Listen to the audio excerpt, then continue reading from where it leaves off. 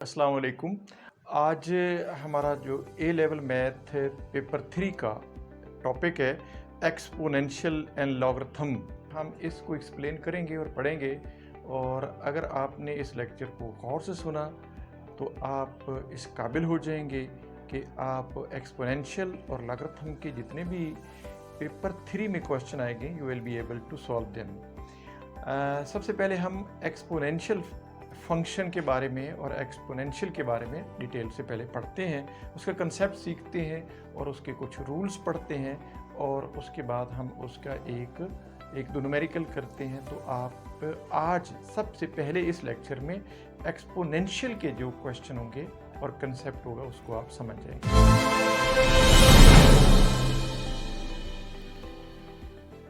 तो आप देखिए, हमारे पास for example n positive, n हमारे पास पॉजिटिव है कोई भी, तो a raise to power n is called an exponential function. अगर हम इसको ये कह सकते हैं कि y is equal to a raise to power n है, तो this is called an exponential function. इसमें n is always a positive number और integer, and a is called base. ये हमारे पास एक बेस, इसे हम कहते हैं a को। n को हम क्या कहेंगे?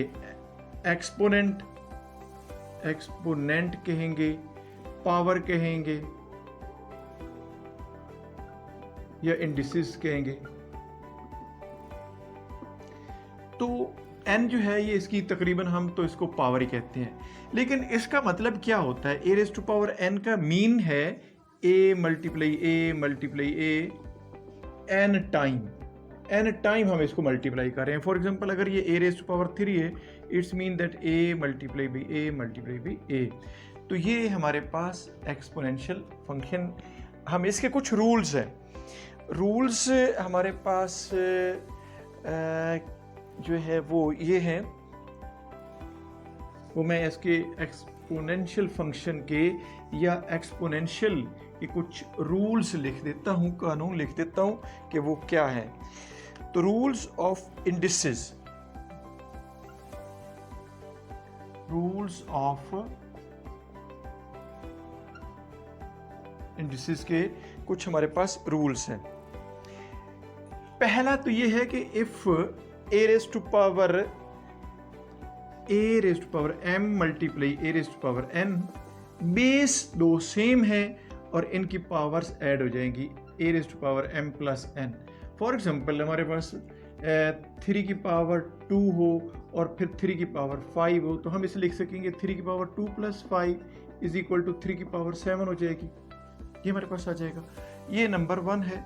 दूसरा है a raise to m divided by a raised to n, तो you can write that a power m minus n, यानी हम इसमें से सब्ट्रैक्ट कर लेंगे, और ये यूं भी लिखा हुआ हो सकता है a raised to power m over a raised to power n, तो यूं भी लिखा हो सकता है। फॉर एग्जांपल अगर 5 इसकी पावर है 7 ओवर 5 इसकी पावर 2, बेस सेम हो तो फिर 5 raise to power 7 minus 2 is equal to 5 raise to power 5 आ जाएगा। ये तो इसका दूसरा रूल हमारे पास हो गया। इसी तरह से अगर हमारे पास तीसरा इसका जो रूल है वो ये है कि if a raise to power m and its power is n, it is equal to a raise to power m multiply n, यानी m और n आपस में मल्टीप्लाई हो जाएंगे।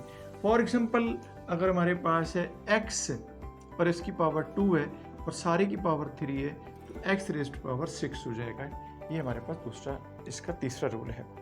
इसके बाद हम ये देखते हैं कि अगर ये बेस डिफरेंट हो, फॉर एग्जांपल इसके बाद जो नेक्स्ट रूल है वो मैं फिर लिख देता हूँ ये मिटा के, कि अगर हमारे पास बेस डिफरेंट है, फॉर एग्जांपल हमारे पास है बेस a मल्टीप्लाई b 2 और इसकी पावर m है, तो a raise to power m multiply b raise to power m हो जाएगा, दोनों के जितने भी हों। और उसमें ये भी है कि अगर हमारे पास a over b its power is m, then a raise to power m over b raise to power m, ये भी हमारे पास इसका रूल ये भी लिखा जाएगा। इसी तरह से आप ये याद रख लें कि अगर किसी चीज़ की पावर 0 है तो वो हमेशा 1 होता है। एक और है कि अगर a रेज़ टू पावर इसकी पावर -n है तो ये 1/a की पावर n हो जाएगा। हम इसको यूं लिख सकते हैं, एक आसान सा बात। फॉर एग्जांपल हमारे पास है 3 raise to power 2x, solve the following equation. इसमें है 3 raise to power 2x plus 1 और plus 26 into 3 raise to power x minus 9 equal to 0। इसको हमने सॉल्व करना है। सबसे पहले इसमें ये जो जिसमें एक्सपोनेंट की वैल्यू कम होती है उसको हम रिप्लेस कर देते हैं सॉल्यूशन में कि let 3 raise to power x is equal to y, हम इसे y कह देंगे। अगर हम 3 रेज़ टू पावर x का स्क्वायर लें तो ये y का स्क्वायर हो जाएगा, और जैसा आपको पता है पावर टू पावर हो तो 3 raise to power 2x is equal to y square हो जाएगा। यू कैन राइट, एक और बड़ी मजेदार बात ये कि ये value 3 into 3 power 2x plus 26 into 3 की power x minus 9 equal to 0। ये स्टेप जो मैंने किया है इसको मैं एक्सप्लेन कर देता हूं, आप इसको जरा गौर से समझ लें।